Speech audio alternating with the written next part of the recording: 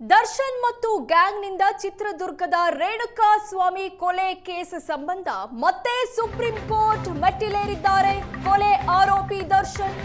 Supreme court ನೀಡಿದ್ದ ಆದೇಶ ಮಾರ್ಪಾಡು ಕೋರಿ ದರ್ಶನ್ ಅರ್ಜಿ ಸಲ್ಲಿಸಿದ್ದಾರೆ.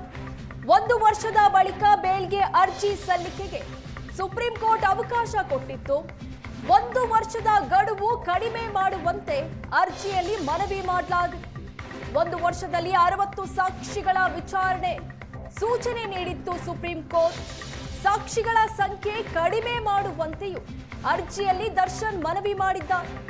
ಮೇ 15ರಂದು ಸುಪ್ರೀಂ ಕೋರ್ಟ್ ನೀಡಿದ್ದ ಆದೇಶದ ಮಾರ್ಪಾಡಿಗೆ ದರ್ಶನ್ ಮನವಿ ಮಾಡಿದ್ದಾರೆ. ಸುಪ್ರೀಂ ಕೋರ್ಟ್ ಆದೇಶ ಮಾರ್ಪಾಡು ಮಾಡುವಂತೆ ಅರ್ಜಿ ಸಲ್ಲಿಸಿದ್ದಾರೆ. 1 ವರ್ಷಗಳ ಕಾಲ ಅರ್ಜಿ ಸಲ್ಲಿಕೆಗೆ ಅವಕಾಶ ಇಲ್ಲ ಅನ್ನೋ ಕ್ಲಿಯರ್ ಸಂದೇಶವನ್ನ ಕೋರ್ಟ್ ಕೊಟ್ಟಿತ್ತು. ಒಂದು ವೇಳೆ ಸಾಕ್ಷಿ ವಿಚಾರಣೆ ವಿಳಂಬ ಆದ್ರೆ ಅಂತಹ ಸಂದರ್ಭದಲ್ಲಿ ಅರ್ಜಿ ಸಲ್ಲಿಸಬಹುದು ಅನ್ನೋ ಸೂಚನೆಯನ್ನು ನೀಡಲಾಗಿತ್ತು. ಇದೀಗ ಮತ್ತೊಮ್ಮೆ ನೀವು ನೀಡಿರುವಂತಹ ಗಡುವನ್ನ ಕಡಿಮೆ ಮಾಡಿ ಅಂತ ಕೊಲೆ ಆರೋಪಿ ದರ್ಶನ್ ಅರ್ಜಿ ಸಲ್ಲಿಸಿದ್ದಾರೆ. 60 ಸಾಕ್ಷಿಗಳ ವಿಚಾರಣೆಯನ್ನ 1 ವರ್ಷದಲ್ಲಿ ಮಾಡಿ ಮುಗಿಸಬೇಕು ಅಂತ ಕೋರ್ಟ್ ಹೇಳಿತ್ತು.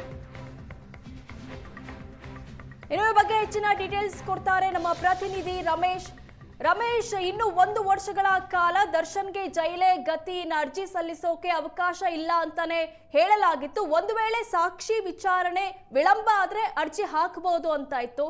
ಆದ್ರೆ ಈಗ ಮತ್ತೊಮ್ಮೆ ಮನವಿ ಮಾಡಿದ್ದಾರೆ.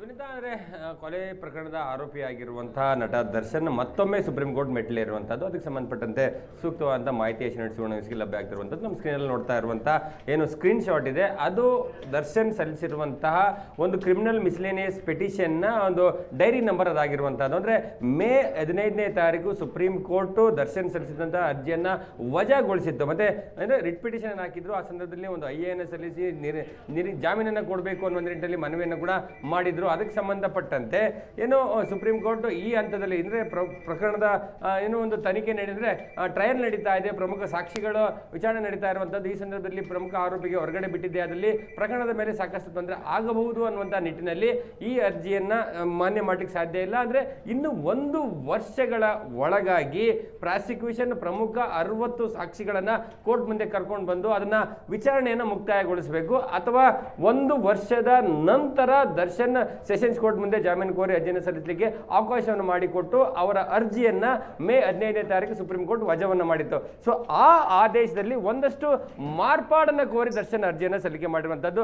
ಅದರಲ್ಲಿ ಏನು ಮಾರ್ಪಾಡನ್ನು ಅವರು ಬಯಸ್ತಾ ಇದ್ದಾರೆ ಅಂತಂದಾದ್ರೆ 2 ಪ್ರಮುಖ ವಿಚಾರ. 1 ವರ್ಷದವರೆಗೆ ಜಾಮೀನು ಅರ್ಜಿಯನ್ನು ಸಲ್ಲಿಸಲಿಕ್ಕೆ ದರ್ಶನ್ ಅವಕಾಶ ಇರಲಿಲ್ಲ, ಮತ್ತು 60 ಸಾಕ್ಷಿಗಳ ವಿಚಾರಣೆ ಮುಕ್ತಾಯ ಆಗಬೇಕಾಗಿತ್ತು. ಹಾಗಾಗಿ 1 ವರ್ಷದ ಗಡುವನ್ನು ಕಡಿಮೆ ಮಾಡಿ ಅನ್ನುವಂಥದ್ದು ಅವರ ಅರ್ಜಿಯಲ್ಲಿ ಪ್ರಮುಖವಾದಂಥ ಒಂದು ಮನವಿ ಇದೆ ಅನ್ನುವಂಥ ಮಾಹಿತಿಗಳು ನಮಗೆ ಸಿಗ್ತಾ ಇರುವಂಥದ್ದು. ಮತ್ತೊಂದು 60 ಸಾಕ್ಷಿಗಳ ವಿಚಾರಣೆ ಮುಕ್ತಾಯ ಆಗುವವರೆಗೆ ಇವರಿಗೆ ಜಾಮೀನು ಸಿಗಬಾರದು, ಅಂದರೆ ಜಾಮೀನಿನ ಅರ್ಜಿ ಮುಂದುವರಿಬಾರದು, ಅಲ್ಲಿ ಅಷ್ಟು ಪ್ರಮುಖ ಸಾಕ್ಷಿಗಳನ್ನು ಪ್ರೈಮ್ ವಿಟ್ನೆಸ್ಗಳನ್ನು ಮುಗಿಸಿ ಅನ್ನುವಂಥದ್ದನ್ನು ಸುಪ್ರೀಂ ಕೋರ್ಟ್ ಹೇಳಿದ್ದು. ಆ 60 ಸಂಖ್ಯೆಯನ್ನು ಕಡಿಮೆ ಮಾಡಿ ಅನ್ನುವಂಥ ಪ್ರಮುಖವಾದಂಥ ಒಂದು ಮನವಿಯನ್ನು ಕೂಡ ಮಾಡಿದ್ದಾರೆ. ಈಗ 15ನೇ ತಾರೀಕು ಸುಪ್ರೀಂ ಕೋರ್ಟ್ ಮುಂದೆ ದರ್ಶನ್ ಅರ್ಜಿಯನ್ನು ಸಲ್ಲಿಕೆ ಮಾಡಿರುವಂಥದ್ದು ಒಂದು ಡೈರಿ ನಂಬರ್ ಆಗಿದೆ.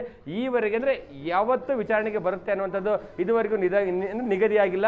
ಈ ರೀತಿಯಾದಂಥ ರಿವ್ಯೂ ಪಿಟಿಷನ್ಸ್ ಆಗಲಿ ಅಥವಾ ಮಾಡಿಫಿಕೇಶನ್ ಪಿಟಿಷನ್ಗಳಾಗಲಿ ಅಂದರೆ ನ್ಯಾಯಪೀಠದ ಮುಂದೆ ಬರಲೇಬೇಕಂತೇನಿಲ್ಲ. ಇಂತಹ ಅರ್ಜಿ ಮಾಡಿಫಿಕೇಶನ್ ಅರ್ಜಿ ಒಂದು ವಿಚಾರಣೆಗೆ ಯೋಗ್ಯ ಅನ್ನುವಂಥದ್ದು ಇದ್ದರೆ ನ್ಯಾಯಾಧೀಶರು ಪೀಠದ ಮುಂದೆ ಅಂದರೆ ಬೆಂಚ್ ಮುಂದೆ ತಂದು ಅದರ ವಿಚಾರಣೆ ನಡೆಸ್ತಾರೆ. ಒಂದು ವೇಳೆ ಇಂತಹ ಅರ್ಜಿಯನ್ನು ನಾವು ಮುಂದುವರಿಸಲಿಕ್ಕೆ ಸಾಧ್ಯ ಇಲ್ಲ ಅನ್ನುವಂಥ ಒಂದು ನಿರ್ಧಾರಕ್ಕೆ ಬಂದಿದ್ದೆ, ಅದರಲ್ಲಿ ನ್ಯಾಯಾಧೀಶರ ಒಂದು ಕಚೇರಿಯಲ್ಲೇ ಈ ಅರ್ಜಿಯನ್ನು ಇತ್ಯರ್ಥಗೊಳಿಸಿ ವಜಾಗೊಳಿಸುವಂಥ ಸಾಧ್ಯತೆಗಳು ಕೂಡ ಇರ್ತದೆ. ಅಂದರೆ ಇದೇ ಪ್ರಕರಣದಲ್ಲಿ ಕಳೆದ ವರ್ಷ ಏನು ಜಾಮೀನನ್ನು ರದ್ದು ಮಾಡಿದಂಥ ಸಂದರ್ಭದಲ್ಲಿ ದರ್ಶನ್ ಸೇರಿ 7 ಜನರ ಜಾಮೀನನ್ನು ರದ್ದು ಮಾಡಿದ ಸಂದರ್ಭದಲ್ಲಿ ಕೂಡ ಪವಿತ್ರ ಗೌಡ ಮತ್ತೊಮ್ಮೆ ರಿವ್ಯೂ ಪಿಟಿಷನ್ ಹಾಕ್ಕೊಂಡು ಸುಪ್ರೀಂ ಕೋರ್ಟ್ಗೆ ಅರ್ಜಿಯನ್ನು ಸಲ್ಲಿಸಿದ್ರು. ನನಗೆ ಹೆಣ್ಣು ಮಗಳಿದ್ದಾಳೆ, ನಾನು ಸಿಂಗಲ್ ಪೇರೆಂಟು, ನನಗೆ ಜೀವನಕ್ಕೆ ಸಮಸ್ಯೆ ಆಗ್ತಾ ಇದೆ, ಈ ಕಾರಣಕ್ಕಾಗಿ ನನ್ನ ವಿರುದ್ಧ ಅಂದರೆ ಜಾಮೀನು ರದ್ದು ಮಾಡುವಂಥ ಆದೇಶವನ್ನು ಮತ್ತೆ ರಿವ್ಯೂ ಮಾಡಬೇಕು, ಮರುಪರಿಶೀಲನೆ ಮಾಡಬೇಕು ಅಂತ ಅರ್ಜಿಯನ್ನು ಕೂಡ ನ್ಯಾಯಪೀಠದ ಮುಂದೆ ಬರದೆ ಕಚೇರಿಯಲ್ಲೇ ಕೂಡ ವಜಾ ಮಾಡಿ ಕಳಿಸಲಾಗಿತ್ತು. ಸೊ ಆ ರೀತಿಯಾದಂಥ ಚಾನ್ಸಸ್ ಕೂಡ ಈ ಒಂದು ಮಾಡಿಫಿಕೇಶನ್ ಅಪ್ಲಿಕೇಶನ್ ಕೂಡ ಇರುವಂಥದ್ದು. ಸೊ ಈಗ ಸದ್ಯಕ್ಕೆ ನಟ ನಟ ದರ್ಶನ್ ಮತ್ತೊಮ್ಮೆ ಸುಪ್ರೀಂ ಕೋರ್ಟ್ಗೆ ಅರ್ಜಿಯನ್ನ ಹಾಕುವ ಮೂಲಕ ಒಂದು ಮಾಡಿಫಿಕೇಶನ್ ಅಪ್ಲಿಕೇಶನ್ ಹಾಕುವ ಮೂಲಕ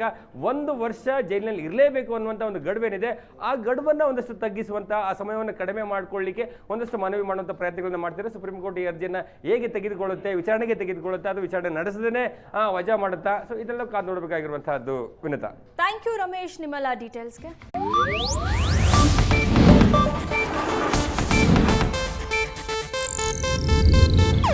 ಇದು ಏಷ್ಯಾನೆಟ್ ನ್ಯೂಸ್ ನೆಟ್ವರ್ಕ್ ಪ್ರಸ್ತುತಿ.